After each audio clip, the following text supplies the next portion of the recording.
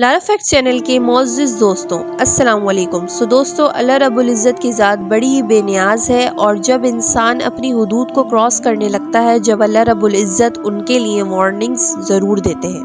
اس وقت پوری دنیا میں مسلمان اور خاص طور پر مسلمان حکومتیں بہت زیادہ بے حیائی اور بے غیرتی کا شکار ہو چکی ہیں۔ اگر ہمارے پاس حضور پاک صلی اللہ علیہ وسلم کی دعا نہ ہوتی تو نہ جانے ہم پر کتنی بار عذاب آ چکا ہوتا اور تمام کے تمام مسلمان صفائی ہستی سے مٹ چکے ہوتے۔ اللہ تعالیٰ کی طرف سے دی گئی اس ڈھیل کو ہم بہت ہی زیادہ ناجائز طریقے سے استعمال کر رہے ہیں اور اپنے یوم حساب کو بالکل ہی بھول چکے ہیں۔ حال ہی میں متحدہ عرب امارات میں ایک ہندو مندر کا افتتاح کیا گیا ہے، اور یہ کام بھی سرکاری سرپرستی میں کیا گیا ہے۔ اس سلسلے میں ہندوستان کے وزیر اعظم نریندر مودی کو بھی انوائٹ کیا گیا تھا، جس نے فروری کے مہینے میں اس مندر کا افتتاح کیا گیا۔ یہ ایک واقعی گری ہوئی حرکت ہے، اور اس کی واضح نشانی متحدہ عرب امارات میں عذاب کی شکل میں نازل ہو چکی ہے۔ اللہ رب العزت کی جانب سے متحدہ عرب امارات میں ایسے عذاب نازل ہوا ہے جس نے وہاں کے تمام نظام کو درم برم کر کے رکھ دیا ہے، اور لوگ با آواز بلند کلمہ طیبہ کا ورد کرتے نظر آ رہے ہیں۔ یہ عذاب کیا ہے اور کس طرح سے آیا؟ اس عذاب کی وجہ سے متحدہ عرب امارات میں کیا کیا نقصان ہو رہے ہیں؟ اس بارے میں تفصیلات جاننے کے لیے اس ویڈیو کو آخر تک ضرور دیکھیں۔ تو دوستوں، آج کے عرب حکمران یہود و نصارہ کے ساتھ ساتھ ہنود یعنی ہندوؤں کو بھی خوش کرنے کا کوئی موقع ہاتھ سے جانے نہیں دے رہے۔ اس کی بڑی وجہ تو یہی بیان کی جاتی ہے کہ انڈیا کی اکنامی بہت بڑی ہے اور انہیں خوش رکھنے کے لیے ایسا کرنا ضروری ہے۔ البتہ اللہ رب العزت نے قرآن کریم میں یہود و نصارہ اور دیگر غیر مسلموں سے دوستی کرنے سے مکمل منع فرمایا ہے، اور یہ بھی کہا ہے کہ یہ لوگ تمہارے کبھی بھی دوست نہیں ہو سکتے۔ اس کے باوجود قرآن کریم اور اسلامی تعلیمات کی یہ ساری خلاف ورزی پوری شدت کے ساتھ جاری ہے۔ اس سے پہلے بھی UAE میں مطلب متحدہ عرب امارات میں 2-3 مندر بنانے کی اجازت دی گئی ہے۔ ان کا افتتاح بھی سرکاری سرپرستی میں کیا گیا۔ اس بار تو ایک بہت بڑا مندر جو کہ ابوظہبی میں تعمیر کیا گیا، اس کی افتتاح اور پورے اسٹیٹ پروٹوکول کے ساتھ نریندر مودی کو بلایا گیا۔ یہ سب کرتے ہوئے عرب حکمران بھول گئے ہیں کہ یہ وہی نریندر مودی ہے جس نے سن 2002 میں گجرات میں مسلمانوں کا قتل عام کیا تھا اور ہزاروں مسلمانوں کو نہ کہ صرف شہید کروایا بلکہ ان کے گھر بھی جلا ڈالے تھے۔ یہ شخص پوری دنیا میں ہندو راج کے خواب دیکھتا ہے، اور اس بار بھی نریندر مودی دوسری بار بھی انڈیا کا وزیر اعظم ہے اور تیسری بار بھی وزیر اعظم بننے کے سپنے دیکھ رہا ہے۔ اس شخص نے پورے ہندوستان میں مسلمان کا جینا حرام کر کے رکھا ہے، اور پورے انڈیا کا میڈیا اس کے خلاف آواز اٹھاتا رہتا ہے۔ ان تمام چیزوں کے ساتھ ساتھ کشمیر کا مسئلہ بھی عالمی عدالتوں کے انصاف کے ساتھ ساتھ اقوام متحدہ میں زیر سماعت ہے۔ مسئلہ کشمیر اور اس کے ساتھ جڑی ہوئی ظلم و زیادتی پوری دنیا دیکھ رہی ہے۔ جیسے فلسطین میں مسلمان مر رہے ہیں، اسی طرح یہ سب صرف دیکھا جا رہا ہے۔ ان سب چیزوں کے ہوتے ہوئے بھی عرب حکمران سیاست اور نظریے ضرورت کی وجہ بناتے ہوئے مسلمانوں کے اس شدید مجرم کو اسٹیٹ پروٹوکول کے ساتھ خوش کرنے کی کوششیں کر رہے ہیں۔ اس طرح کے کئی مظاہرے سعودی عرب میں بھی کیے جا چکے ہیں، جہاں پر نریندر مودی کو پورے اسٹیٹ پروٹوکول کے ساتھ ویلکم کیا جاتا ہے اور اس کی تمام ڈیمانڈز بھی پوری کی جاتی ہیں۔ جیسا کہ ہم نے پہلے بھی کہا کہ ایسے اعمال اور افعال اللہ رب العزت کے قریب نہایت ہی ناپسندیدہ ہیں۔ اللہ رب العزت اس سے پہلے بھی مسلمانوں کو خبردار کرنے کے لیے کئی چھوٹے چھوٹے عذاب نازل کر چکے ہیں، لیکن ہم مسلمان ان سے سبق سیکھنے کو بالکل بھی تیار نہیں ہیں۔ حال ہی میں متحدہ عرب امارات کی 5 سیاستوں میں سے 4 سیاستوں میں اس وقت شدید عذاب الہی کا شکار ہیں، جہاں سے بے حد تباہی ہو چکی ہے۔ ناظرین، گزشتہ کئی دنوں سے متحدہ عرب امارات کی 5 سیاستوں میں شدید طوفانی بارشوں کے ساتھ ساتھ اولوں کے طوفان بھی نازل ہوئے ہیں۔ یہ اولے کوئی عام سے اولے نہیں ہیں، بلکہ ان کا سائز ایک گولف بال کے برابر ریکارڈ کیا گیا ہے، یعنی ایک چھوٹے سے پتھر جتنا۔ ایک پتھر آسمان سے تیزی کے ساتھ گر کر کسی بھی چیز کا ستیہ ناش کر سکتا ہے۔ آپ اس بات کا اندازہ لگا سکتے ہیں۔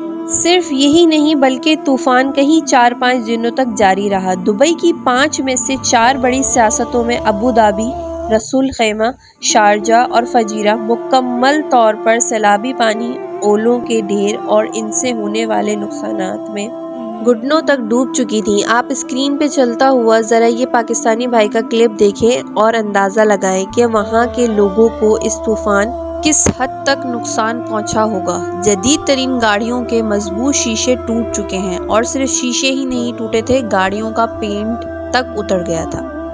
اب آپ ذرا اس ویڈیو میں دیکھیں دبئی جیسے علاقے میں کس طرح سے سیلاب سے صورتحال پیدا ہو چکی ہے اور گاڑیاں پانی میں ڈوبی ہوئی ہیں۔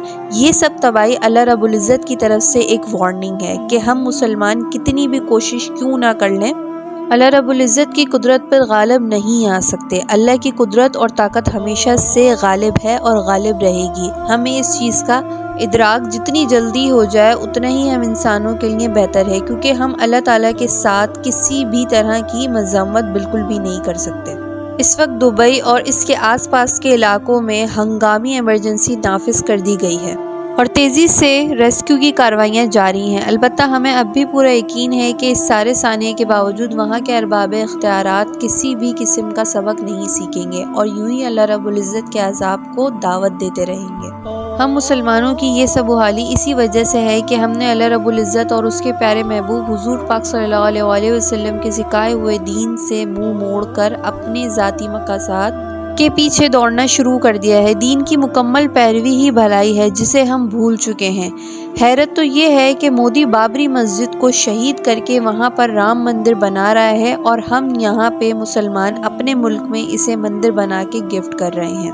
زمین پر جہاں کے بارے میں نبی پاک صلی اللہ علیہ وسلم کا واضح الفاظ میں ارشاد ہے کہ یہاں پر کسی غیر مسلم کی کوئی جگہ نہیں ہے۔ خاص طور پر یہودیوں کے بارے میں نبی پاک صلی اللہ علیہ وسلم نے ارشاد فرمایا تھا کہ جزیرہ نما عرب میں کوئی یہودی باقی نہ رہے۔ آج اسی جزیرہ نما عرب میں اسرائیل کی ریاست بھی قائم ہے اور مسلمان امہ ان کی زیادتیوں پر بھی چپ کر کے بیٹھے ہیں۔ ہمارے دشمن ہماری آنکھوں کے سامنے ہماری مسجدوں کو مسمار کرتے رہتے ہیں اور ان کی جگہ اپنی عبادت گاہیں بنا کر اللہ رب العزت کے گھر کی جگہ پر مورتیاں سجا دیتے ہیں، اور ہمارے کانوں میں جوں تک نہیں رینگتی، ہماری غیر ایمانی کو جوش بھی نہیں آتا، اور ہم اپنے مفادات کی وجہ سے اللہ کے دشمنوں کو خوش کرنے کی کوششوں میں لگے رہتے ہیں۔ اللہ رب العزت نے قرآن پاک میں واضح طور پر ارشاد فرمایا ہے کہ یہ مشرکین مسلمانوں کے دوست نہیں ہو سکتے، بلکہ یہ ہمیشہ دوستی کا جھانسا دیتے ہیں اور پیٹھ پیچھے وار کرتے ہیں۔ آپ اندازہ کریں کہ بابری مسجد کو شہید کر کے مندر بنا دینے کے واقعے پر پاکستان تو کیا کسی بھی عرب ممالک کی طرف سے ہلکا پھلکا سا مذمتی بیان تک سامنے نہیں آیا۔ سب کے سب دم سادے کان لپیٹے خاموشی سے بیٹھے رہے اور انہیں خوش کرنے کے لیے تجارتی ڈیلز کی آفرز بھی کرتے ہیں۔ اس وقت انڈیا اپنا اثر و رسوخ کافی حد تک عرب ممالک میں پھیلا چکا ہے۔ آئے روز ہندو انتہا پسندوں کی طرف سے مسلمانوں کو انتہائی گھٹیا دھمکیاں بھی ملتی رہتی ہیں۔ انڈیا میں مسلمانوں کی جان، مال اور عبادات تک محفوظ نہیں۔ وہ دن دور نہیں جب ہماری اسی بے بسی اور بے حسی اور بے چارگی کی وجہ سے کافر ملکوں میں مسلمانوں کو اپنا دین چھپا کر مشرکین کا دین بھی اپنانا پڑے گا۔ یہ میں کوئی بہت بڑی بات نہیں کر رہی ہوں، بلکہ یہی سب سے پہلے بھی تاریخ میں ہو چکا ہے۔ ناظرین، جب اندرس پر قبضہ ہوا تو وہاں پر رہنے والے مسلمانوں کو جان بچانے کے لیے عیسائی مذہب میں آنا پڑا۔ ہماری وہ یادیں آج بھی اندرس میں ہماری بربادیوں کا لوہا بن کر موجود ہیں۔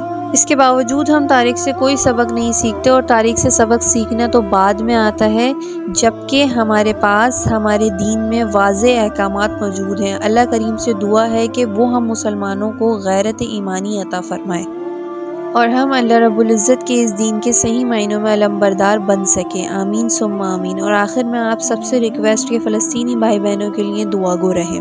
جو جس کے بس میں ہے وہ اپنے مسلمان بھائی بہنوں کے لیے کریں، اور اسی دعا کے ساتھ ہماری آج کی ویڈیو کا اختتام ہوتا ہے۔ انشاءاللہ بہت جلد دوبارہ حاضر ہوں گی ایک اور اچھی سی ویڈیو کے ساتھ۔ تب تک کے لیے دیجیے اجازت۔ اللہ حافظ۔